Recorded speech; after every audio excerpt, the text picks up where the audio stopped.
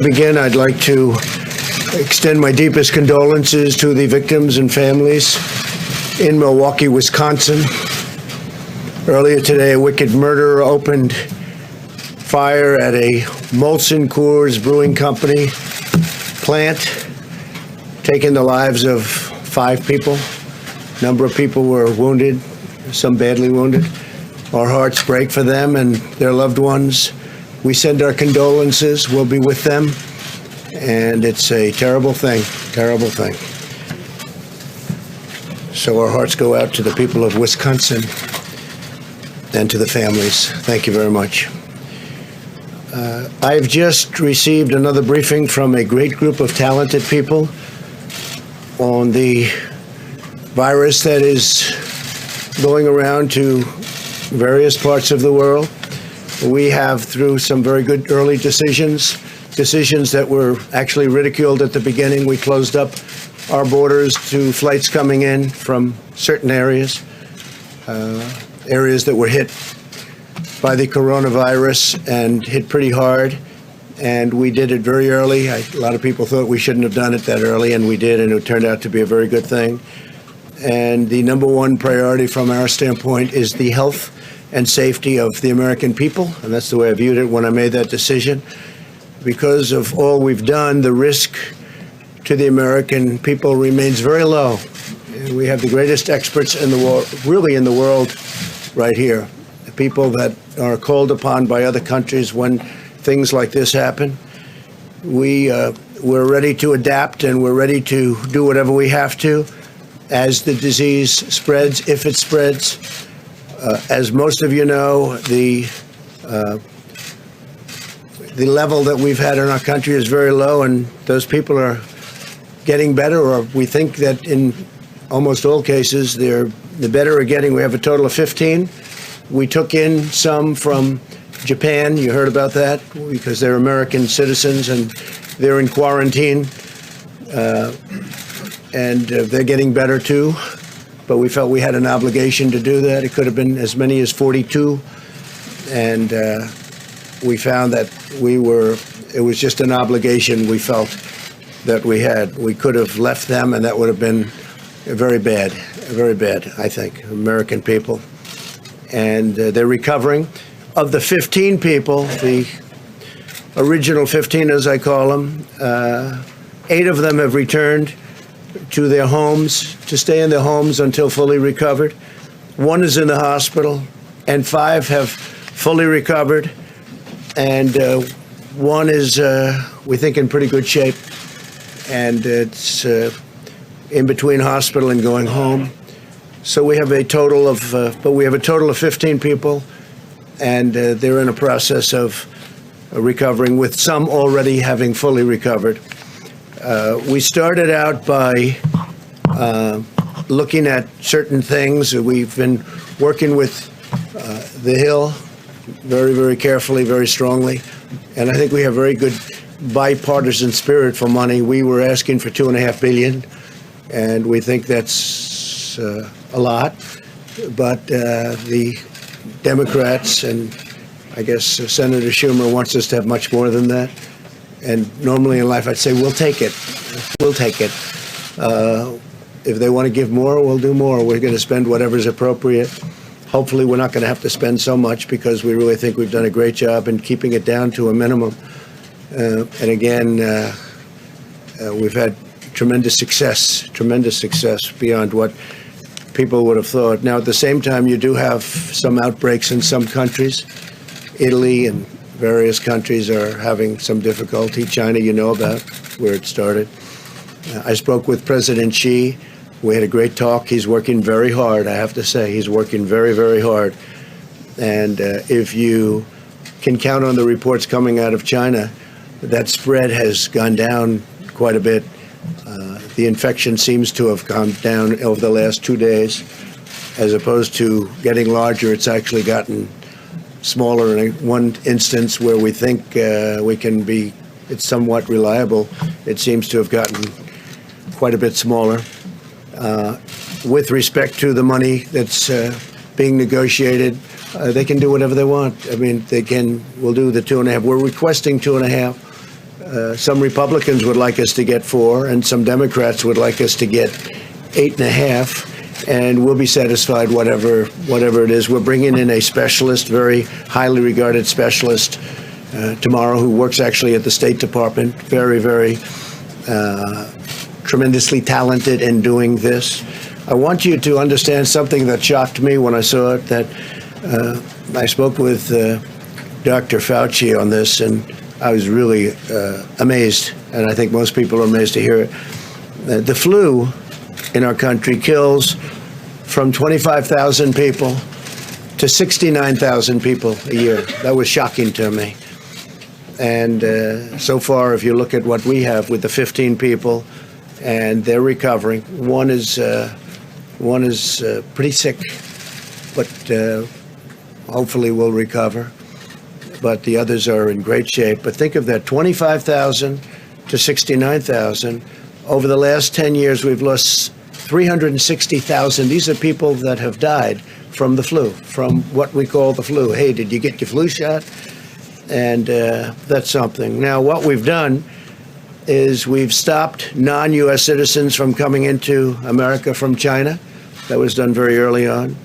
We're screening people, and we have been at a very high level, screening people coming into the country from infected areas. We have in quarantine those infected and those at risk. We have a lot of great quarantine facilities. We're rapidly developing a vaccine, and they can speak to you. The professionals can speak to you about that. The vaccine is coming along well, and in speaking to the doctors, we think this is something that we can develop fairly rapidly, a vaccine for the future, and coordinate with the support of our partners. We have great relationships with all of the countries that we're talking about. Some it's a fairly large number of countries. Some it's one person, and many countries have no problem whatsoever. And we'll see what happens. But we're very, very ready for this, for anything, whether it's going to be a breakout of larger proportions or whether or not we're at that very low level. And we want to keep it that way. So we're at the low level. As they get better, we take them off the list, so that we're going to be pretty soon at only 5 people. And we could be at just 1 or 2 people over the next short period of time. So we've had very good luck. The Johns Hopkins, I guess it is a highly respected, great place. They did a study, comprehensive, the country's best and worst prepared for an epidemic. And the United States is now, we're rated number 1. We're rated number 1 for being prepared. This is a list of different countries. I don't want to get in your way, especially since you do such a good job. This is a list of the different countries. United States is rated number 1, most prepared. United Kingdom, Netherlands, Australia, Canada, Thailand, Sweden, Denmark, South Korea, Finland. This is a list of the best rated countries in the world by Johns Hopkins. We're doing something else that's important to me, because he's been terrific in many ways, but he's also very good on health care. And we really followed him very closely. A lot of states do. When Mike was governor, Mike Pence of Indiana, they've established great health care. They have a great system there, a system that a lot of the other states have really looked to and changed their systems. They wanted to base it on the Indiana system. He's very good. And I think, and he's really very expert at the field. And what I've done is I'm going to be announcing exactly right now that I'm going to be putting our Vice President, Mike Pence, in charge. And Mike will be working with the professionals, doctors, and everybody else that's working. The team is brilliant. I spent a lot of time with the team over the last couple of weeks, but they're totally brilliant, and we're doing really well. And Mike is going to be in charge, and Mike will report back to me. But he's got a certain talent for this, and I'm going to ask Mike Pence to say a few words, please. Thank you, Mike. Thank you, Mr. President. President Trump's made clear from the first days of this administration we have no higher priority than the safety, security, health, and well-being of the American people. And from the first word of an outbreak of the coronavirus, the President took unprecedented steps to protect the American people from the spread of this disease. He recounted those briefly, but the establishment of travel restrictions, aggressive quarantine effort of Americans that are returning, the declaration of a public health emergency, and establishing the White House Corona Task Force are all reflective of the urgency that the President has brought to a whole-of-government approach. As a former governor from the state where the first MERS case emerged in 2014, I know full well the importance of presidential leadership, the importance of administration leadership, and the vital role of partnerships of state and local governments and health authorities in responding to the potential threat of dangerous infectious diseases. And I look forward, Mr. President, to serving in this role, bringing together all the members of the Corona Task Force that you've established, HHS, CDC, DHS, the Department of Transportation, and State. This team has been, at your direction, Mr. President, meeting every day since it was established. My role will be to continue to bring that team together, to bring to the President the best options for action to see to the safety and well-being and health of the American people. We'll also be continuing to reach out to governors, state and local officials. In fact, in the recent days, the White House met with over 40 state, county, and city health officials from over 30 states and territories to discuss how to respond to the potential threat of the coronavirus. We'll be working with them in renewed ways to make sure they have the resources to be able to respond. And as the President said, we'll be adding additional personnel here at the White House to support our efforts on the President's behalf. We'll also be working with members of Congress to ensure that the resources are available for this whole of government response, and we'll be working very closely with Secretary Azar and his team that have done an outstanding job communicating to the public to ensure the American people have the best information on ways to protect themselves and their families, and also that the public has the most timely information on the potential threat to the American people. Mr. President, as we've been briefed, while the threat to the American public remains low of a spread of the coronavirus, you have directed this team to take all steps necessary to continue to ensure the health and well-being of the American people. And the people of this country can be confident that under your leadership, we will continue to bring the full resources of the federal government in coordination with our state and local partners to see to the health and well-being and to the effective response to the coronavirus here in the United States of America. With that, the President's asked me to recognize the Secretary of Health and Human Services, Alex Azar, and also the Deputy Director of CDC, Dr. Ann Shaka, for remarks. Secretary. Well, thank you, Mr. Vice President, and thank you, Mr. President, for gathering your public health experts here today and for your strong leadership in keeping America safe. And I just want to say I could not be more delighted that you've asked the Vice President, my old friend and colleague, to lead this whole of government approach with us under the Emergency Support Function number 8. As of today, we have 15 cases of COVID-19 that have been detected in the United States, with only one new case detected in the last 2 weeks. We also have 3 cases among Americans repatriated from Wuhan and 42 cases among Americans repatriated who had been stuck on the Diamond Princess in Japan. The President's early and decisive actions, including travel restrictions, have succeeded in buying us incredibly valuable time. This has helped us contain the spread of the virus, handle the cases that we have, and prepare for the possibility that we will need to mitigate broader spread of infections within the United States. The President's actions, taken with the strong support of his scientific advisors, have proven to be appropriate, wise, and well calibrated to the situation. We're grateful for the hard work that healthcare workers, first responders, communities, and state and local leaders have put into the response so far. Because of this hard work and the President's leadership, the immediate risk to the American public has been and continues to be low. Our containment strategy has been working. At the same time, what every one of our experts and leaders have been saying for more than a month now remains true. The degree of risk has the potential to change quickly, and we can expect to see more cases in the United States. That is why we've been reminding the American public and our state, local, and private sector partners that they should be aware of what a broader response would look like.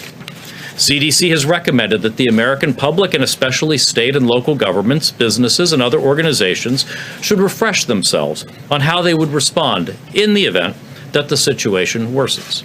We're encouraging Americans to learn what future steps might be necessary to keep themselves and their communities safe. Knowing these potential steps now can help keep the risk to you and your community low. Americans can find useful information at cdc.gov/COVID, COVID-19. And we're working closely with government and private sector partners to educate them about preparedness. Finally, we've begun working with Congress to secure the funding that we need. There are 5 major priorities in the White House request to Congress that the White House made on Monday. These priorities are: first, expanding our surveillance network; second, support for state and local governments work; third and fourth, development of therapeutics and vaccines; and fifth, manufacturing and purchase of personal protective equipment like gowns and masks. As chairman of the President's Coronavirus Task Force, I'm committed to providing regular updates from our coordinated interagency process.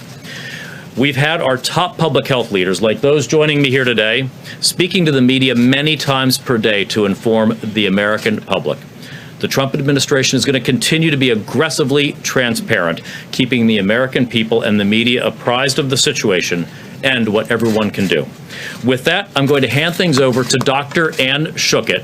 Dr. Schuchat is the senior career official at the Centers for Disease Control and Prevention, the principal deputy director, with an over 30-year career at the CDC in public health and as a member of the United States Public Health Service Commission Corps. So, Dr. Schuchat, I'll turn it over to you. Thanks so much, Mr. Secretary. As you know, this has been a difficult and challenging time, and our hearts go out to the individuals who have been directly affected by the virus and to all those who have been working tirelessly in responding to it. Our aggressive containment strategy here in the United States has been working and is responsible for the low levels of cases that we have so far. However, we do expect more cases, and this is a good time to prepare. As you heard, it's the perfect time for businesses, healthcare systems, universities, and schools to look at their pandemic preparedness plans, dust them off, and make sure that they're ready. And we have lots more information at the CDC's website and in partnership on how to do that. But it's also a really good time for the American public to prepare and for you to know what this means for you. The coronavirus that we're talking about is a respiratory virus. It's spread in a similar way to the common cold or to influenza. It's spread through coughs and sneezes. And so those everyday sensible measures that we tell people to do every year with the flu are important here. Covering your cough, staying home when you're sick, and washing your hands. Tried and true, not very exciting measures, but really important ways that you can prevent the spread of respiratory viruses. So the trajectory of what we're looking at over the weeks and months ahead is very uncertain, but many of the steps that we have taken over the past 15 years to prepare for pandemic influenza and our experience going through the 2009 H1N1 pandemic of influenza remind us of the kinds of steps that our healthcare system, our businesses, our communities and schools may need to take. We're in this together, all of government, the public and the private sector, and the CDC wants to make sure you have the best information available every day. Thank you.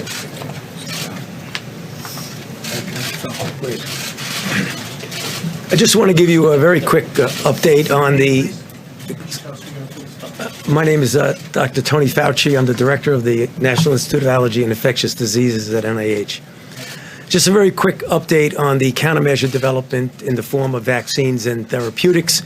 I had told this audience at a recent press briefing that we have a number of vaccine candidates and one prototype one to give you a feel for the time frame of a vaccine and what its impact might be now and in subsequent years, is that I told you we would have a vaccine that we would be putting into trials to see if it's safe and if it induces a response that you would predict would be protective in about 3 months. I think it's going to be a little bit less than that. It's probably going to be closer to 2 months. That would then take about 3 months to determine if it's safe and immunogenic, which gives us 6 months. Then you graduate from a trial, which is phase 1 of 45 people, to a trial that involves hundreds, if not low thousands of people to determine efficacy. At the earliest, an efficacy trial would take an additional 6 to 8 months. So although this is the fastest we have ever gone from a sequence of a virus to a trial, it still would not be any applicable to the epidemic unless we really wait about a year to a year and a half. Now, that means 2 things. One, the answer to containing is public health measures. We can't rely on a vaccine over the next several months to a year.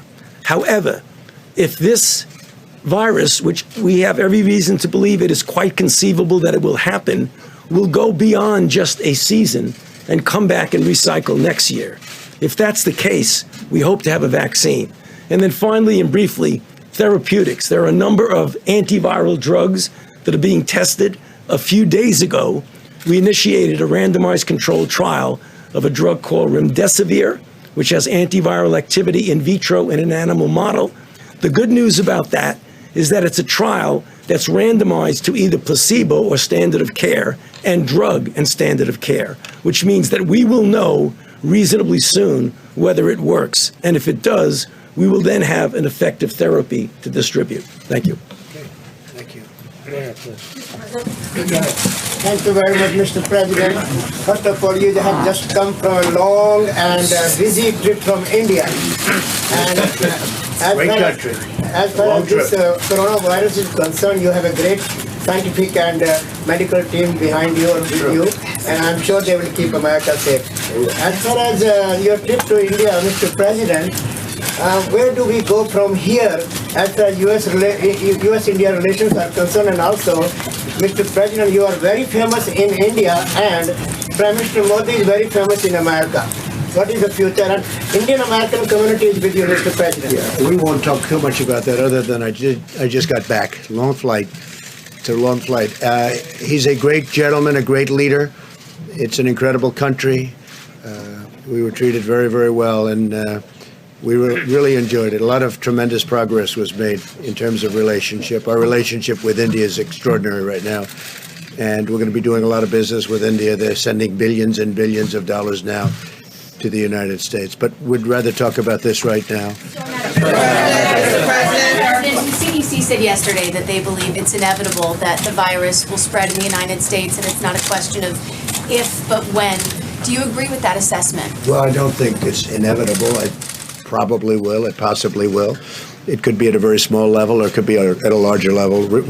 Whatever happens, we're totally prepared. We have the best people in the world. You see that from the study. We have the best prepared people, the best people in the world. Congress is willing to give us much more than we're even asking for. That's nice for a change. But we are totally ready, willing, and able. It's a term that we use. It's ready, willing, and able. We have.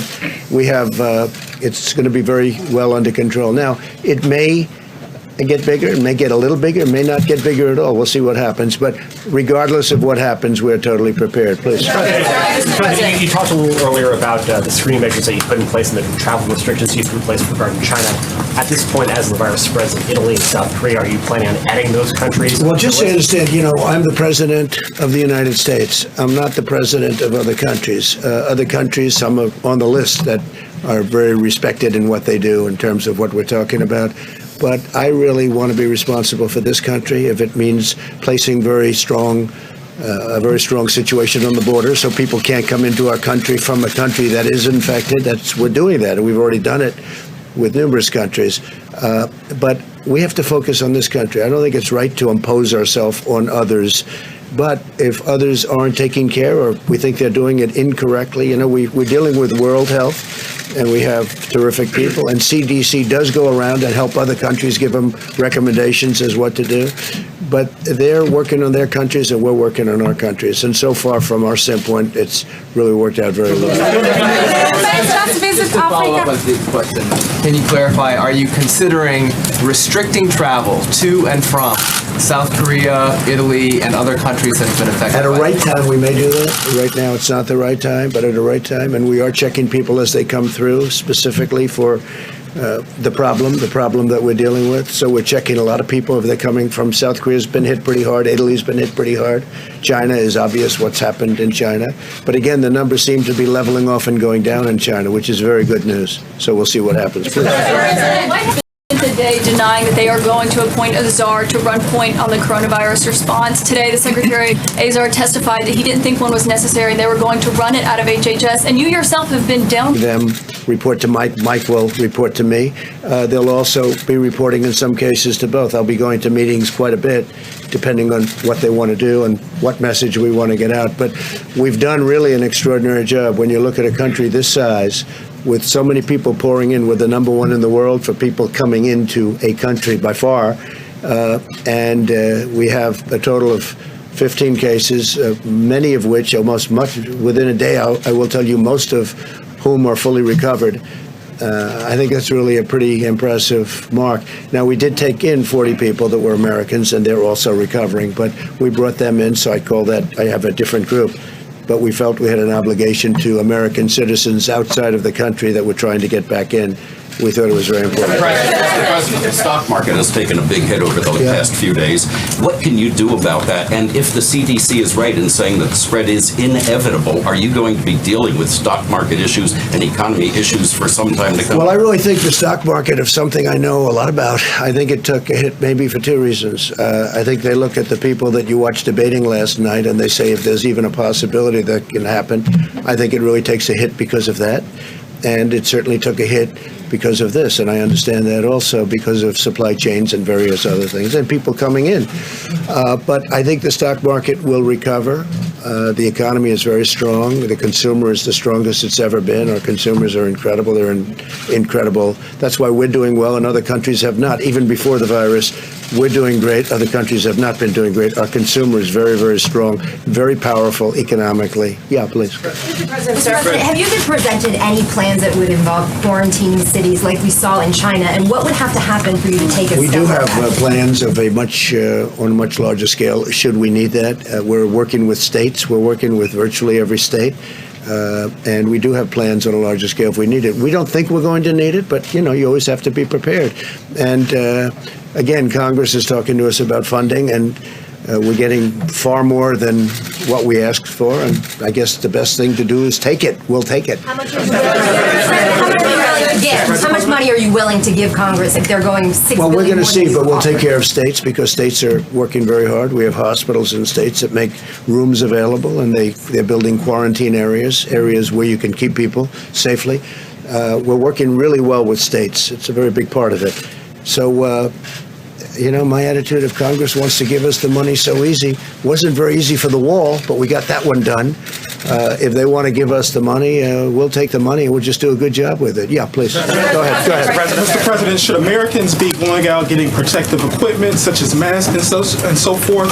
And if so, what is the U.S. doing to boost production of masks? Well, we can get a lot of it. In fact, we've ordered a lot of it just in case we need it. We may not need it. You understand that. But in case we're looking at worst case scenario, we're going to be set very quickly. But I don't think we're going to ever be anywhere near that. I really don't believe that we're going to be anywhere near that. Our borders are very controlled. Our flights in from certain areas that we're talking about are very controlled. I don't think we'll ever be anywhere near that. Please go ahead. Back to the stock market for a second. The travel-related stocks have especially been hammered here in the last couple of days. What would you say to Americans out there who right now are looking forward to the summer or the upcoming months and saying to themselves, should I make my summer plan? Should I go travel abroad? Well, hopefully they're going to be able to do that. We hope that it's going to be in good shape by that time. But, they're going to have to remain a little bit flexible. Yeah, I would say travel-related companies, certainly right now, they would be hurt. At the same time, this ends. This is going to end. Hopefully it'll be sooner rather than later. And I think the business that they lost will be picked up at a later date. But, right now, I think they're not going to be, probably not going to be going to China. They're not going to be going to certain countries where the problem is far greater than it is in the United States. What it's going to do is keep people home, and they're going to travel to places that we have. We have it's the greatest tourism country in the world. So instead of leaving our country, leaving our shores, they'll stay here. And again, when you have 15 people, and the 15 within a couple of days is going to be down to close to zero, that's a pretty good job we've done. What is your response to Speaker Pelosi, who said earlier today you don't know what you're talking about the coronavirus? I'm also wondering if you want to address critics who say you can't be trusted about what your administration is saying. Sure. I think Speaker Pelosi's incompetent. She lost the Congress once. I think she's going to lose it again. She lifted my poll numbers up 10 points. I never thought that I would see that so quickly and so easily. I'm leading everybody. We're doing great. I don't want to do it that way. It's almost unfair if you think about it. But I think she's incompetent, and I think she's not thinking about the country. And instead of making a statement like that, where I've been beating her routinely at everything, instead of making a statement like that, she should be saying we have to work together because we have a big problem potentially, and maybe it's going to be a very little problem. I hope that it's going to be a very little problem, but we have to work together. Instead, she wants to do that same thing with crying Chuck Schumer. He goes out and he says, the president only asked for $2.5 billion. He should have $8.5 billion. This is the first time I've ever been told that we should take more. Usually it's we have to take less. And we should be working together. He shouldn't be making statements like that because it's so bad for the country. And Nancy Pelosi, she should go back to her district and clean it up because it's the number one. If you look at percentage down, that was one of the finest in the world. And now you look at what's happening. And I'm just saying, we should all be working together. She's trying to create a panic. And there's no reason to panic because we have done so good. These professionals behind me and over here and over there and back here and in some conference rooms, I just left a group of 45 people that are the most talented people in the world. Parts of the world are asking us in a very nice way, can they partake and help them? So Nancy Pelosi shouldn't, and she knows it's not true. She knows all they're trying to do is get a political advantage. This isn't about political advantage. We're all trying to do the right thing. They shouldn't be saying, this is terrible, President Trump isn't asking for enough money. How stupid a thing to say. If they want to give us more money, that's okay. We'll take more money. Some Republicans think we should have more money, too. That's okay. We'll take more money. But they shouldn't demean the people that are on the stage who are the finest in the world. They're not demeaning me. They're demeaning the greatest healthcare professionals in the world and people that do exactly what we're talking about. Your campaign today sued the New York Times for an opinion piece. Yeah. Is it your opinion or is it your contention that if people have an opinion contrary to yours that they should be sued? Well, when they get the opinion totally wrong, as the New York Times did, and frankly, they've got a lot wrong over the last number of years. So we'll see how let that work its way through the courts. Right? No. If you read it, you'll see it's beyond an opinion. That's not an opinion. That's something much more than an opinion. They did a bad thing, and there'll be more coming. There'll be more coming. is here? Tokyo will host the Summer Olympic this July. Do you expect Tokyo will be? I hope so, because Shinzo Abe is a very good friend of mine. I love the people of Japan, and I hope it's going to be in good shape. As you know, you have a number of people in Japan who have been infected. I hear they're doing a very professional job, which doesn't surprise me at all. With Shinzo and with all of the people you have, I know Japan very well. I think they're going to handle it very well. It's a little tight. It's a little tight. They spent billions of dollars building one of the most beautiful venues I've ever seen. And your prime minister is very proud of it. I hope it's going to be fine. We hope it will. Thank you very much, Mr. President. The doctor at CDC just talked about dusting off preparedness plans, but coming from you, it has more weight. Do you feel that U.S. schools should be preparing for a coronavirus spreading?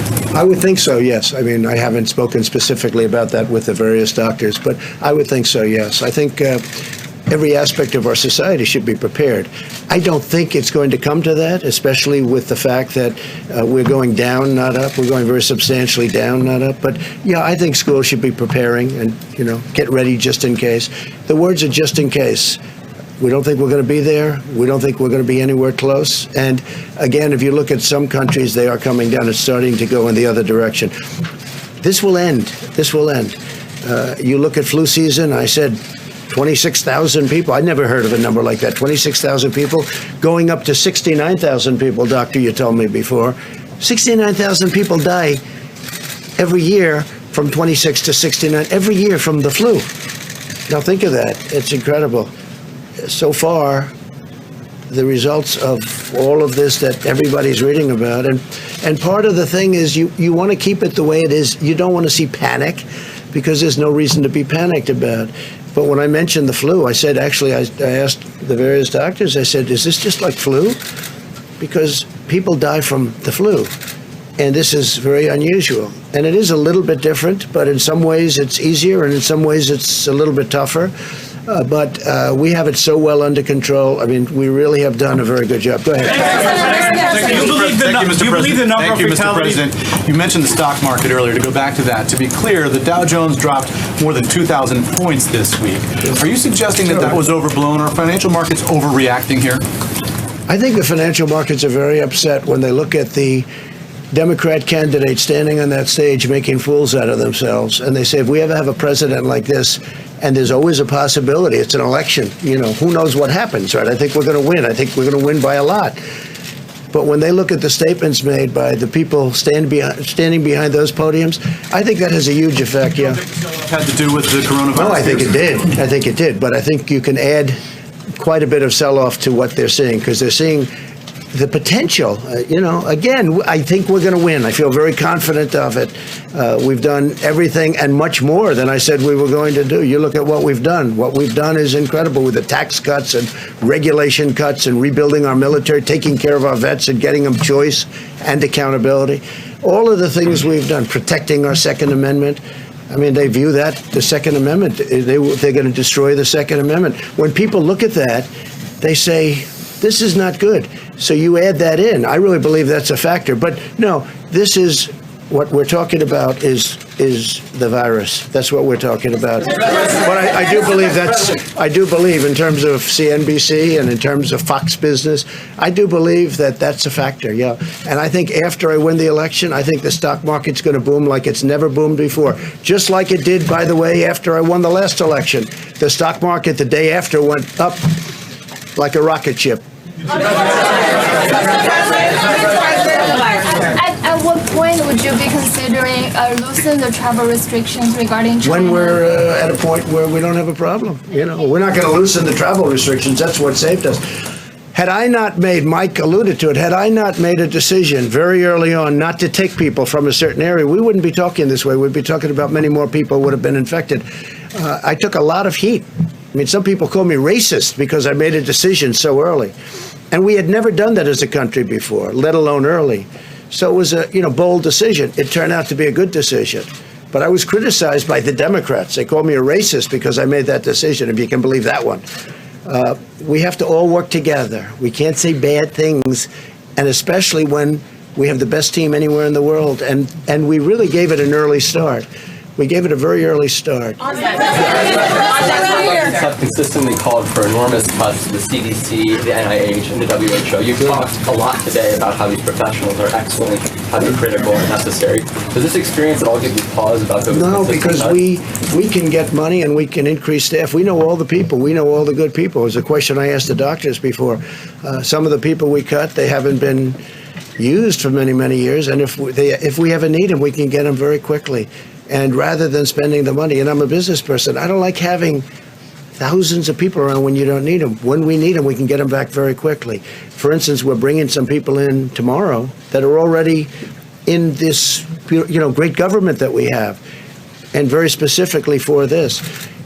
We can build up very, very quickly, and we've already done that. I mean, we really have built up. We have a great staff, and using Mike, I'm doing that because he's in the administration, and he's very good at doing what he does and doing as it relates to this. Yeah, go ahead. Go ahead, please. Mr. President. Yeah, go ahead. So far your administration. I picked him, but you're fine. So far your administration is only testing less than 500 people, and health officials are questioning whether that's enough, comparing to other countries who have tested more than tens of thousands of people. Are you planning to test more people?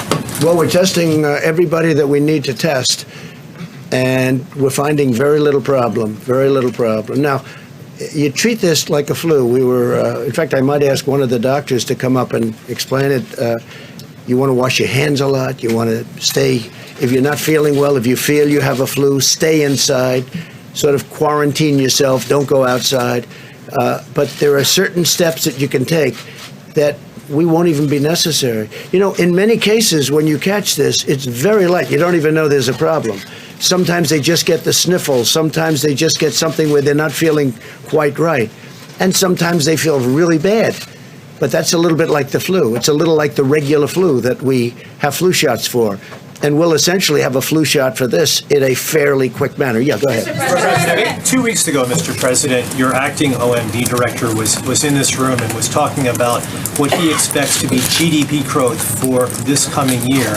He said it was 3%, and we've talked about the effects of the coronavirus on the supply chain, the declines in the financial markets. Are you still confident that you'll see that kind of economic growth this year? No, we're going to have tremendously low unemployment. We're setting records in that way. In fact, the administration is, as you know, the lowest average unemployment of any administration in history. And our numbers are very low, very good, 3.5, 3.6. But you can't really see what this does in terms of GDP.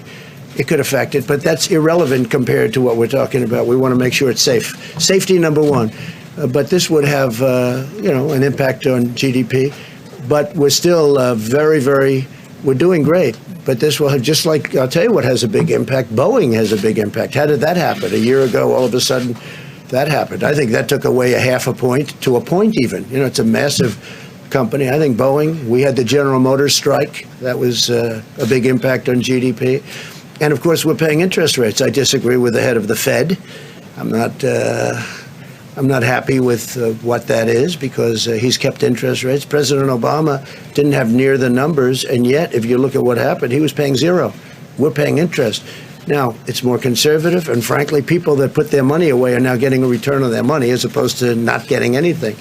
But I think, we're the greatest of them all. We should be paying the lowest interest rates. And when Germany and other countries are paying negative rates, meaning they're literally getting paid when they put out money. I mean, they borrow money and they get paid when it gets paid back. Who ever heard of this before? It's a first. But we don't do that. So I totally disagree with our Fed. I think our Fed has made a terrible mistake, and it would have made a big difference. As good as we've done, even without the 2,000 points, and we started off at 16,000, and we'll be at 28,000 without. We were going to crack 30,000. We have had increases like nobody's seen before. But we're doing well, but we have to watch.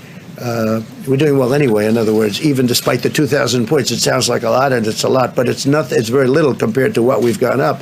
But we'll be watching it very closely. But we have been hurt by General Motors, we've been hurt by Boeing, and we've been hurt, in my opinion, very badly by our own Federal Reserve, who has also created a very strong dollar. That's something nice about a strong dollar, but it makes it much harder to do business outside of this country. Mr. President, coronavirus Thank you, sir. A number of your supporters online have embraced these theories or forwarded these theories that the CDC may be exaggerating the threat of coronavirus to hurt you politically. Rush Limbaugh the other day said this has been advanced to weaponize the virus against you. You don't mean my supporters, you mean my people that are not supporters. Right, your opponents. I agree with it. I agree. I think they are. I think, and I'd like it to stop. I think people know that when Chuck Schumer gets upset, I mean, he did the same thing with a couple of trade deals that are phenomenal deals now. Everybody's acknowledged they're phenomenal deals. Before he ever saw the deal, he didn't even know we were going to make a deal. They said, what do you think of the deal with China? I don't like it. I don't like it. He talked about tariffs. I left the tariffs on, 25% on $250 billion. He said he took the tariffs off. He didn't even know the deal. And he was out there knocking it because that's a natural thing to say. But when you're talking about especially something like this, we have to be on the same team. This is too important. We have to be on the same team. Have you seen evidence that the CDC is trying to hurt you? No, I don't think the CDC is at all. No, they've been working really well together. No, they really are. They're professional. I think they're beyond that. They want this to go away. They want to do it with as little disruption, and they don't want to lose life. I see the way they're working. This gentleman, these people behind me, and others that are in the other room. They're incredible people. No, I don't see that at all. Thank you, Mr. President. Thank you very much. I don't know who said that, but that was me. Thank you, Mr. President. Tonight, you're minimizing the risk, the danger of the virus. Are you telling the Americans, except for the ones who are sick, not to change any of their behaviors? No, I think you have to always, I do it a lot anyway, as you probably heard. Wash your hands, stay clean. You don't have to necessarily grab every handrail unless you have to. You do certain things that you do when you have the flu. I mean, view this the same as the flu. When somebody sneezes, I mean, I try and bail out as much as possible when they're sneezing. I had a man come up to me a week ago. I hadn't seen him in a long time, and I said, how you doing? He said, fine, fine. He hugs me. I said, are you well? He says, no. He said, I have the worst fever and the worst flu. And he's hugging and kissing me. So I said, excuse me. I went there, I started washing my hands. So you have to do that. This is, I really think, Doctor, you want to treat this like you treat the flu, right? And, it's going to be. I want to have you, it was so nice of you to say thank you very much. Go ahead, give me a nice question then. Don't ruin it. Don't ruin it with a bad question. Go ahead. It's nice to talk to you without the helicopter. I gotta say that. But also, I want to talk to you about 2014. During the Ebola crisis, you said you wanted a quote-unquote full travel ban. You said Obama was a quote-unquote stubborn dope, not for doing it. You said, just stop the flights, dummies. You also said it was a quote-unquote total joke to appoint someone to lead the Ebola response with, quote, zero experience in the medical field. Now you've appointed They listened to a lot of what I had to say. I did. So how does that square with what you're doing now? They listened to a lot, well, because this is a much different problem than Ebola. Ebola, you disintegrated, especially at the beginning. They've made a lot of progress now in Ebola. But with Ebola, we were talking about it before. You disintegrated. You got Ebola. That was it. This one is different, much different. This is a flu. This is like a flu. And this is a much different situation than Ebola. And we're working on Ebola right now, by the way. We're working on certain areas of the Congo. The Congo has Ebola, and caused largely by the fact that they have war and people can't get there. We can now treat Ebola.